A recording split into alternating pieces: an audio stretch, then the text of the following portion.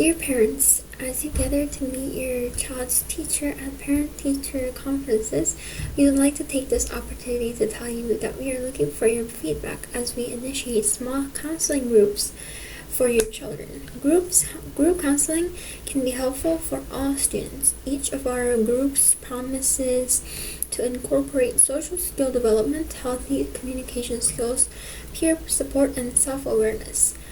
Please check off as many of the areas below that you think may pertain to your child's needs. Depending on the results of the survey, we will begin to organize small groups specific to these topics. Please note that checking off these boxes do not guarantee or obligate your child to participate in any future group counseling interventions. If you have any questions about these topics, please feel free to contact us. Sincerely, Debbie Sanders, School Counselor.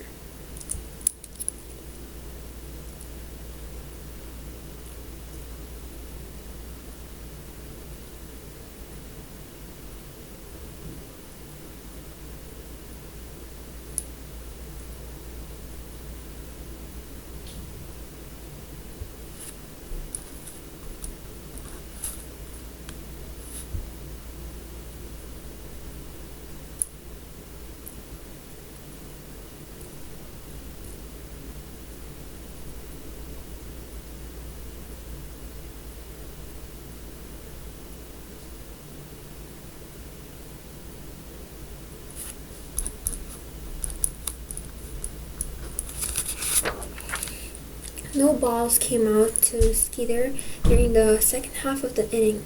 In the next inning, a high fly was hit to deep left.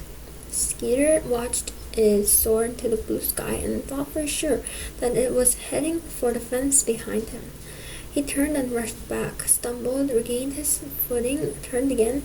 His eyes widened as he saw the ball coming down far in front of him. Boy, had he misjudged that one. He bolted forward, running as hard as he could. When he saw that he would not be able to catch it by running, he dove at it. The ball brushed the tip of his glove and struck the ground, and he went sprawling forward on his stomach. He scrambled to his feet, picked up the ball, and pegged it to a second. The man was already there. Laughter exploded from the Thunder fan. "Holy cow, Skeet!" exclaimed third baseman Henry Moe. "If you stayed in your position, you could have caught the ball in your hip pocket." Skeeter hid his face in his hands and wished that he could disappear at the moment. Humiliated. If facial movements have so much variation within an emotion category like fear, you might wonder why we find it so natural to believe that a wide-eyed face is the universal fear expression. The answer is that it's a stereotype, a symbol that fits a well-known theme for fear within our culture. Preschools teach these stereotypes to children. People who scowl are angry. People who pout are sad. They are cultural shorthands or conventions. You see them in cartoons and advertisements, in the faces of dolls and emojis, in an endless array of imagery and iconography. Textbooks teach these stereotypes to psychology students. Therapists teach them to their patients. The media spreads them widely throughout the Western world. Now wait just a minute, you might be thinking, is she saying that our culture has created these expressions and we all have learned them? Well, yes.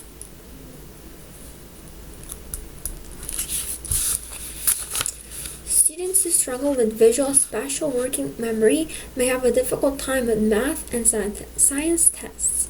In order to do well on these kinds of tests, it is necessary to visualize and manipulate images. Think of how you solve physics problems or answer questions about cellular division. The brain needs to be able to picture these things, hold these images in mind, manipulate them, and then hold the answer in mind while the student records it on paper. Students who build their visual spatial abilities early in life may be more successful later in fields of math and science. Preschool teachers who focus on building their students' visual spatial skills enhance the development of these regions and positively influence students' learning in subsequent years. Because experience changes the brain, early experience strengthens these processes in the developing brain, making them more robust later in life. What am I supposed to pick?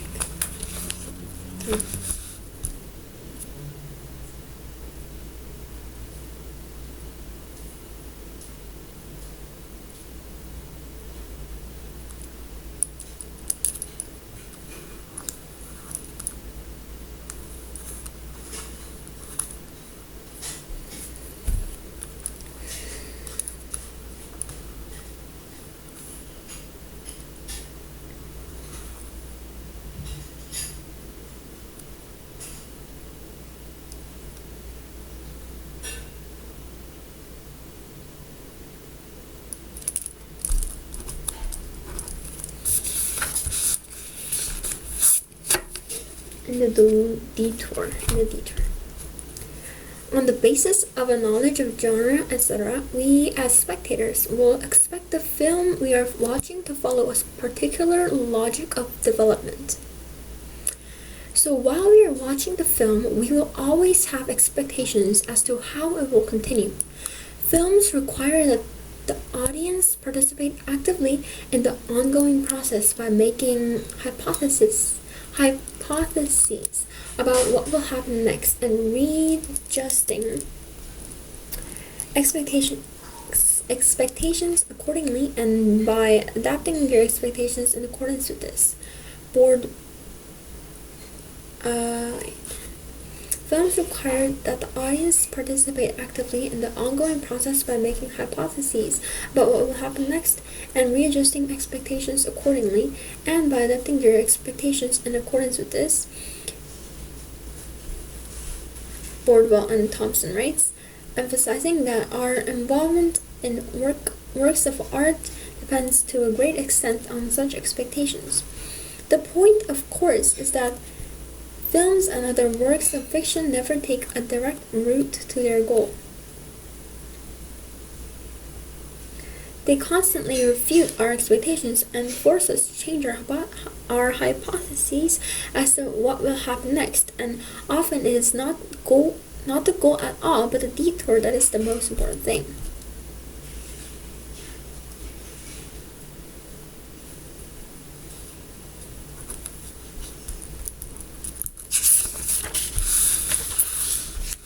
Studies of people grappling with major health problems show that the majority of respondents report they derive benefits from their adversity. Stressful events sometimes force people to develop new skills, reevaluate priorities, learn new insights, and acquire new strengths. In other words, the adaptation process initiated by stress can lead to personal changes for the better. One study that measured participants' exposure to 37 major negative events found a curvilinear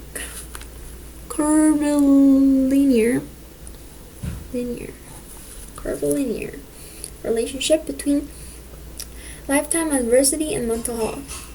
High levels of adversity predicted poor mental health, as expected. But people who had faced intermediate levels of adversity were healthier than those who experienced little adversity, suggesting that moderate amount of stress can foster resilience. A follow-up study found a similar link between the amount of lifetime adversity and subjects' responses to laboratory stressors. Intermediate levels of adversity were predictive of the greatest resilience. Thus, having to grapple with a moderate amount of stress may build resilience in the face of future stress. So, positive. affects modern stress levels. We live in times of great change, in which much is being asked of us.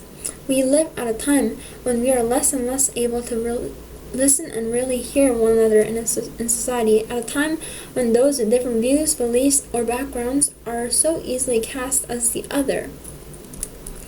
At this time, when great forces of political, social, economic, and environmental change are sweeping the globe and intensifying our separation from self, others, and life, we need to learn how to speak and listen in a new way. We need to learn how to re-perceive our world with fresh eyes beyond inherited historical and economic structures of competition and separation that can so easily determine our relationship. True dialogue is more than the mere exchange of ideas. It is a transformative process based on trust and mutual respect, in which we come to see another in which it is a transformative process based on trust and mutual respect, in which we come to see another in new and more accurate ways. As theologian David Lockheed explains, it is a way of knowing truth that neither party possesses prior to the dialogue.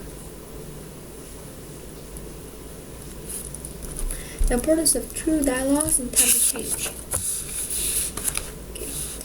The graph above shows the percentages of the U.S. population's dietary intakes compared to the recommended levels for different food groups from 2007 to 2010.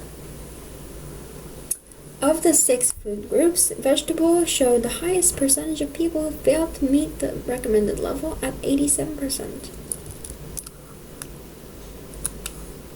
Failed.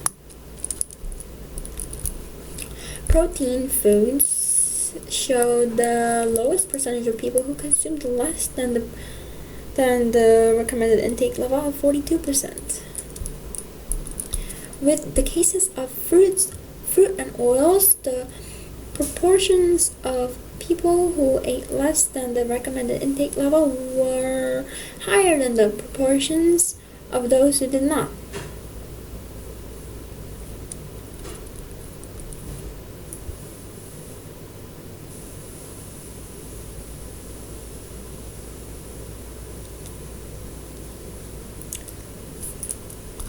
Specifically, the percentage of people who ate less than the recommended amount of fruit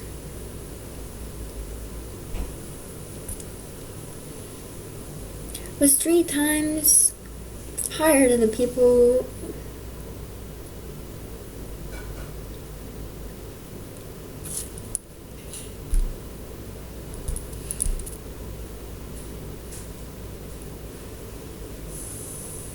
three times higher. That means 25 times 3 to 75. 3 times higher. I'm double the size of geometry. Okay. The percentage of people who consume vegetables at or above the recommended level was higher than that of dairy.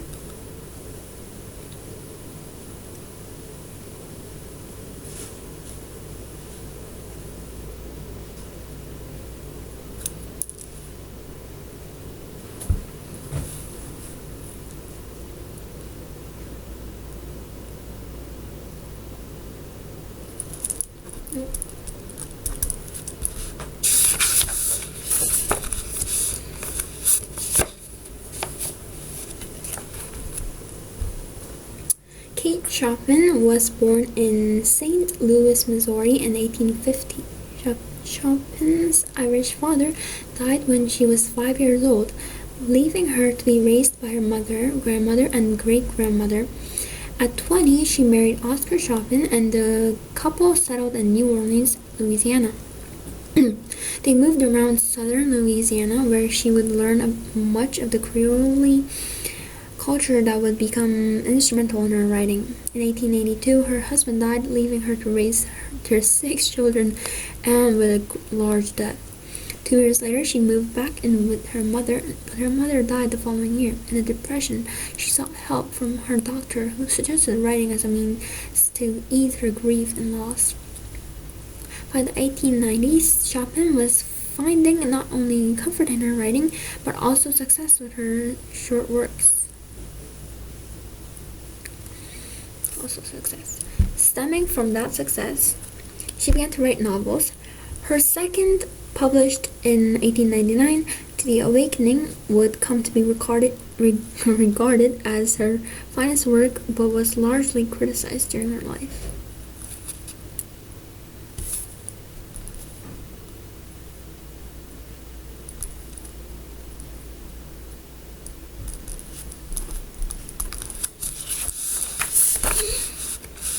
Green Hill Essay Contest. To celebrate the 10th anniversary of Green Hill High School, we hold an essay contest. Open to all. 2,000단어를 넘지 않아야 한다. 지난 자체는 투표.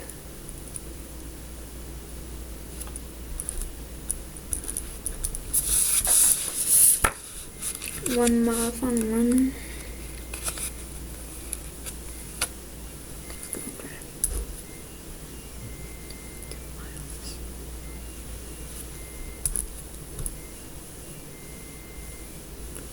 행사 당일 현장에서는 참가 등록을 받지 않는다.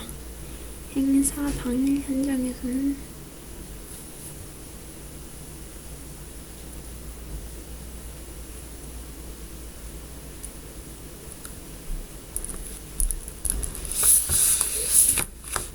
A determinant of developmental differences and the social effects of television is the amount of information. The determinant of developmental differences in the social effects of television is the amount of information or experience a child has accumulated. As children mature, they are exposed to different people, actions, and norms. This provides a range of choices when they have an opportunity to perform or opine. For example, children who encounter Puerto Ricans only on Sesame Street may learn that interactions with them are always cordial and use that as a model for a first encounter with a live Puerto Rican. In contrast, a child who grows up close to a Puerto Rican enclave will understand much more about the variety of ways which he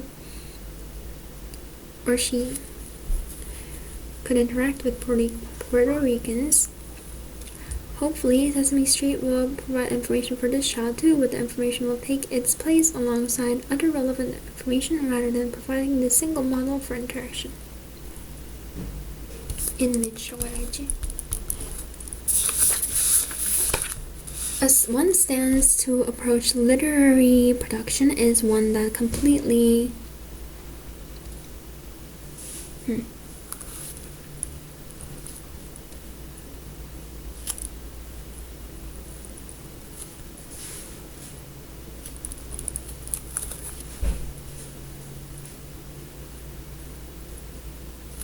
ignores. Using this approach, we never say something is well or badly done. If we are to evaluate a script, we say that the structure is such and such, the plot is such and such, but we never praise or criticize based on our taste. This is the polar opposite of appreciative stance and is an approach that very few critics have adopted. In the rare cases it has been adopted, it seems to have been limited to dull people.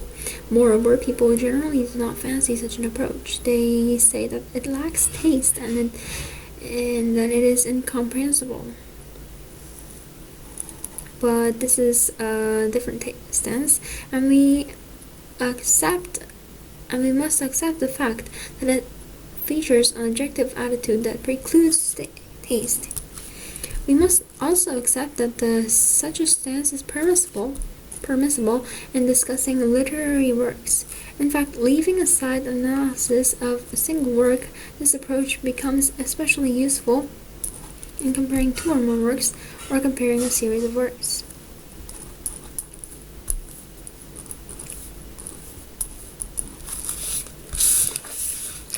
Occupied time feels shorter than unoccupied time. If you're busy doing something while you're waiting, the time seems to go by faster. Most line mates can be made more enjoyable and made to feel less lengthy if guests can be distracted or diverted in some way. Social exchange is the general category of social process and involves people and the organization trading resources and attempting to make sure that Social exchange is the general category of social process and involves people and the organization trading resources and attempting to make sure that many of the social interactions occurring in an organization consist of transactions in which one person offers resources to the other person and in return receives something from that individual. There are costs involved in the transactions as well as benefits, and the motivation of each party to the exchange is to maximize the positive and minimize the negative. Social exchange theorists propose that all interactions among people constitute social exchanges, even those involving love and marriage. Explaining something as personal as love as an exchange that continues as long as it is profitable may seem cynical. You might protest it and say that remaining in a loving relationship is not reducible to rewards and costs. Social exchange theorists would counter by stating that an important part of any continuing relationship is achieving a favorable balance sheet in the transactions with the other person.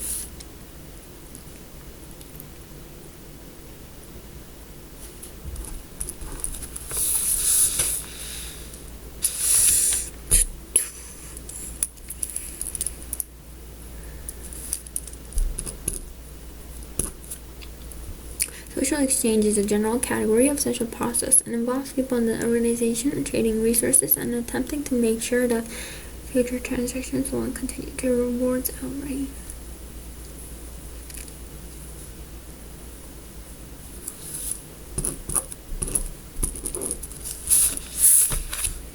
Casual relationships are not always simple or straightforward. For one thing, effects can have more than a single cause. It may be, for example, that my lateness was in part caused by a traffic jam.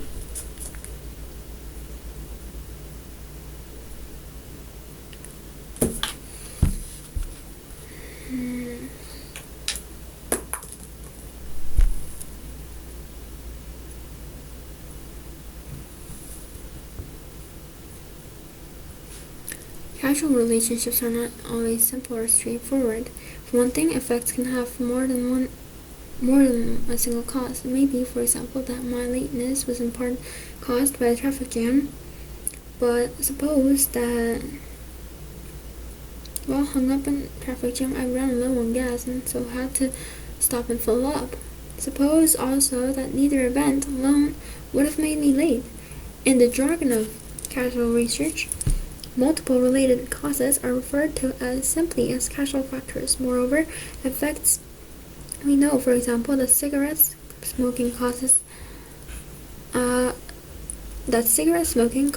lung cancer, despite the fact that some cigarette smokers will not contract lung cancer, and that some who will contract lung cancer will not be smokers. As this last example suggests, casual explanations are often about groups, not individuals. The claim that smoking causes lung cancer means that among people in general and several kinds of laboratory animals, smoking is one factor that contributes to lung cancer.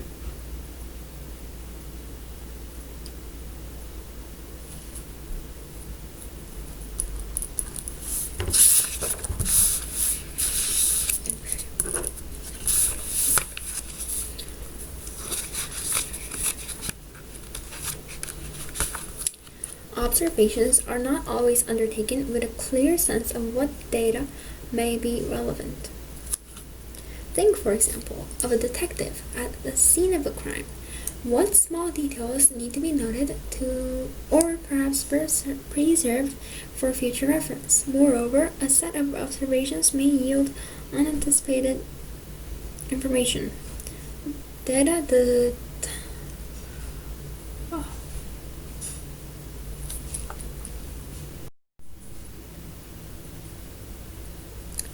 Observations are not always undertaken with a clear sense of what data may be relevant.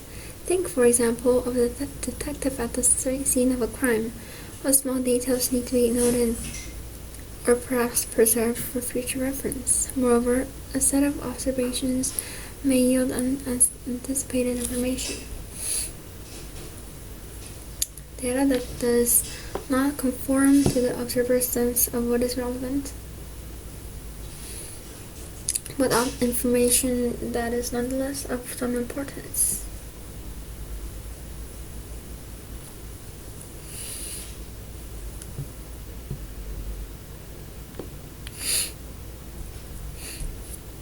Recently, medical researchers at a large university were studying the effect of calcium on pregnancy-related high blood pressure. Though they observed no significant reductions in the blood pressure of a woman in their study who took calcium, they did notice something quite interesting and unexpected. The woman in their study who took calcium during pregnancy had lower rates of depression than those who took a placebo instead of calcium. As a result, the researchers began an entirely new study, one designed to determine the extent to which calcium can prevent depression in pregnant women. As this example suggests, it is important not to be too attached to pre-designed methods to gather suitable subjects for a study. Otherwise, you run the risk of missing something that may turn out to be significant. Does advertising encourage you to eat more? Advertisers often say that their advertising is to promote their brand and to get you to choose your brand over the competitors.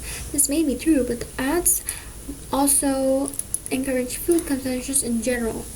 Advertising for foods and beverages communicates potentially powerful food consumption cues. The subtle effects of food advertising on what you eat and how much you eat are usually outside of your own awareness or intention. Research confirms that external cues, such as food advertisements, have a significant influence on food consumption behaviors.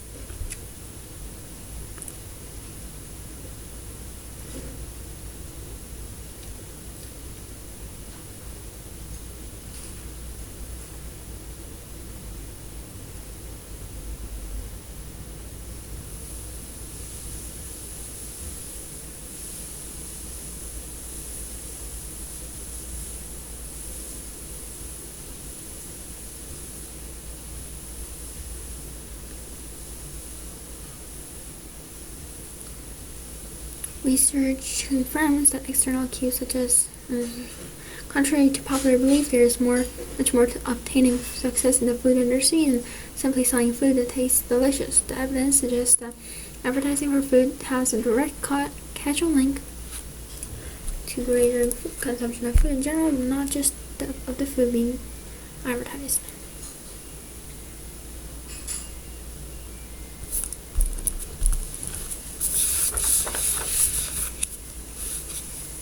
Many authors have implied that heritable traits are difficult or impossible to alter.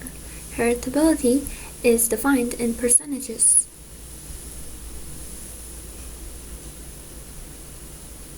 If a characteristic is 0% heritable, all differences in the trait are entirely determined by the environment. And if it is 100% heritable, then all differences are defined by genetics. The majority of personality traits are 60% heritable. Nevertheless, the fact that a trait is heritable does not mean we cannot modify it. Instead, a high heritability means that current environmental factors impact minimally on individual differences in a trait. The figure does not relate to the potential effects of new environments. You can also treat heritable conditions. Phenylketonuria is 100% heritable and means carriers cannot break down the amino acid phenylalanine. Those with PKU can avoid the negative symptoms, mental retardation, mental retardation by excluding penicillin from their diets, thus modifying the effects of the heritable trait. BAC.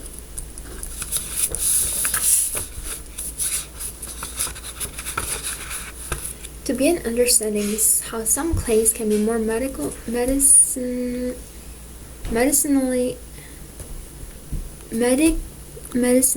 effective than others, we have to look at where they are mined.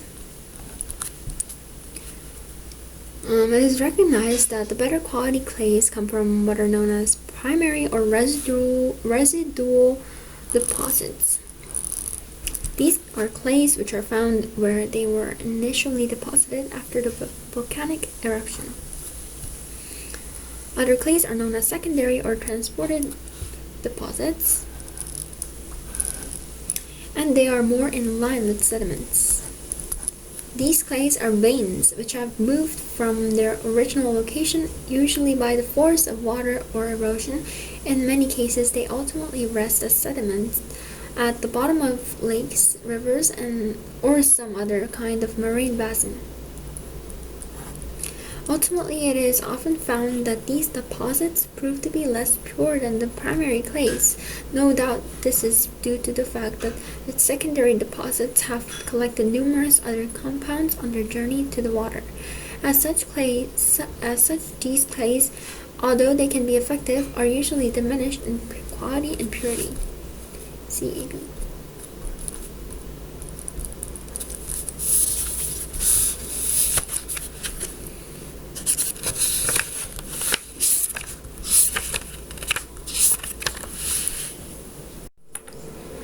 Using the youth panel of the British Household Panel Survey, they document that children exposed to an authoritative parenting style not only obtain stronger academic results, but also report higher levels of subjective well-being and self-esteem. Okay. In developmental psychology, there's a great deal of research that aims to understand how specific parenting styles affect child development. A main finding in a number of empirical studies is that, on average, the children of authoritative parents perform better in school than children exposed to other parenting styles.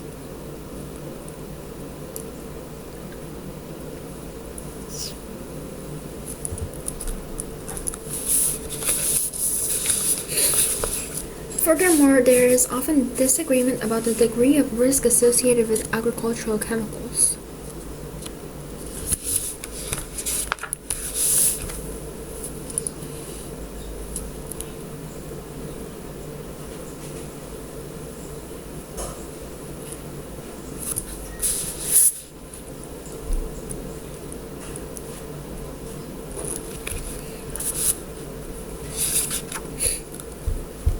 Furthermore, there is often disagreement about the degree of risk associated with agricultural chemicals. Many agricultural chemicals have long been known to have toxic effects when improperly handled, stored, or applied.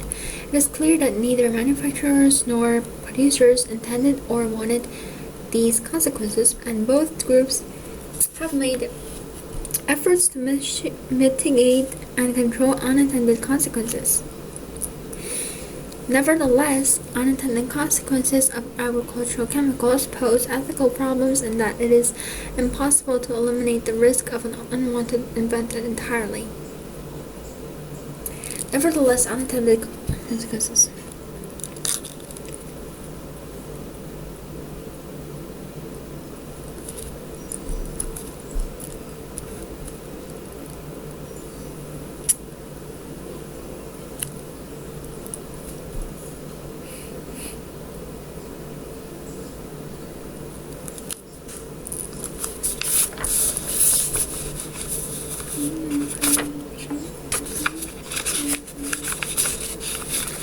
In the study, participants first had to perform a series of very lengthy, extremely tedious tasks, like turning pegs in peg holes. What? Afterwards, they were asked to tell the next participant that the task they would do were actually really interesting.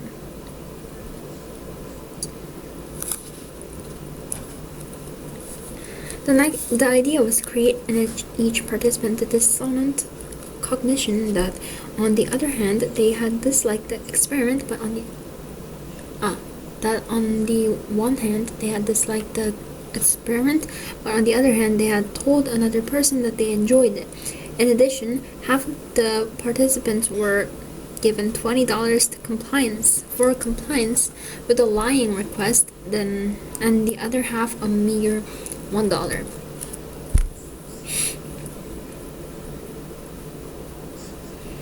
The idea was that those in the $1 group would experience a higher level of cognitive dissonance than those in the $20 group because they had insufficient justification for inconsistency between their attitudes. For example, that really was a boring task, and their actual behavior lying about the behavior to another person. The $20 group had the justification of a decent money payout and would thus experience less dissonance. This was predicted that the $1 participants, being highly cognitively dissonant, would change their attitude towards enjoying or liking the task so as to re-establish consonance. Those in the $20 condition would not.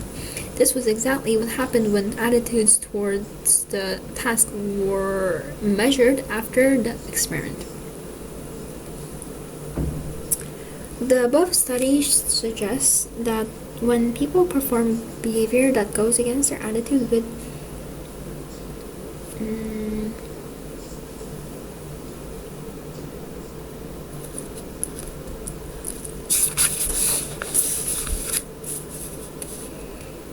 the ace in the hole for the inevitability of the end of animal farming is the incredible inefficiency of making meat, dairy, and eggs from animals. Farmed animals consume calories and nutrients from plants.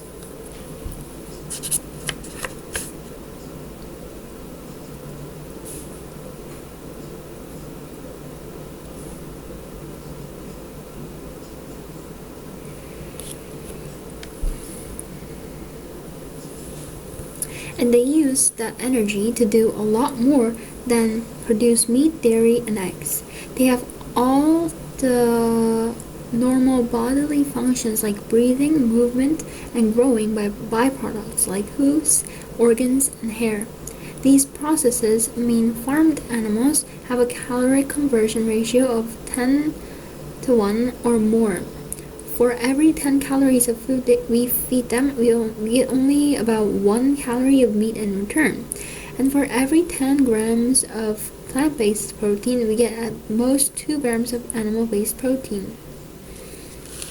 Culinary professionals and food scientists are increasingly cutting this waste by taking the consistence of animal products, fast proteins, nutrients, water directly from plants and assembling them into the architecture of meat. They can also make cultured meat and like the Memphis meatball, real animal flesh made by using cell cultures to grow meat in the same process that happens inside an animal's body, so it's molecularly identical to conventional meat. The efficiency of both these processes suggests that in the long run, humanity will use its technological prowess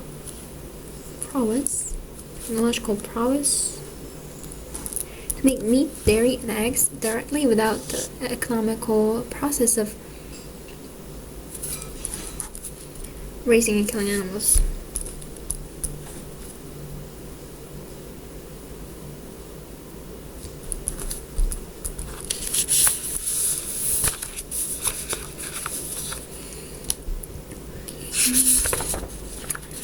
One day, a beggar saw a proclamation posted outside the palace gate. The king was giving a great dinner. Anyone dressed in anyone dressed in royal garments was invited to the party. The beggar looked at the rags he was wearing and sighed. Surely only kings and their families wore royal robes, he thought. Slowly an idea crept into his mind and made him tremble. He made his way to the king and wait here, the guard replied. In a few minutes he was back. His Majesty will see you, he said, and let the beggar in. You wish to see me? Asked the king. Yes, your Majesty, I want so much to attend your banquet, but I have no royal robes to wear. Please, if I may be so bold, may I have one of your old garments? The beggar shook so hard that he could not see the faint smile that was on the king's face. The king called to his young prince. Give him some of your clothes. The prince did as he was told, and soon the beggar was standing before a mirror, clothed in garments that he never dared hope for. He had never dared hope for. You are now able to attend the king's banquet tomorrow night, said the prince. But even more important, these garments will last forever. The beggar dropped to his knees. Oh, thank you, he cried. But as he started to leave, he looked at his pile of dirty rags on the floor. He hesitated. What if the prince was wrong? What if he would need his old clothes again? Quickly he gathered them up. The banquet was far greater than he had ever imagined, but he could not enjoy himself as he should. He had made a small bundle of his old rags, and it kept falling off his lap. The food was passed quickly, and the beggar missed them, the greatest delicacies. Time proved that the prince was right. The clothes lasted forever. Still, the beggar grew fonder and fonder of his old rags. As time passed, people seemed to forget about the royal robes he was wearing. They saw only the little bundle of filthy rags that he clung to wherever he went. One day, as he lay dying, the king visited him.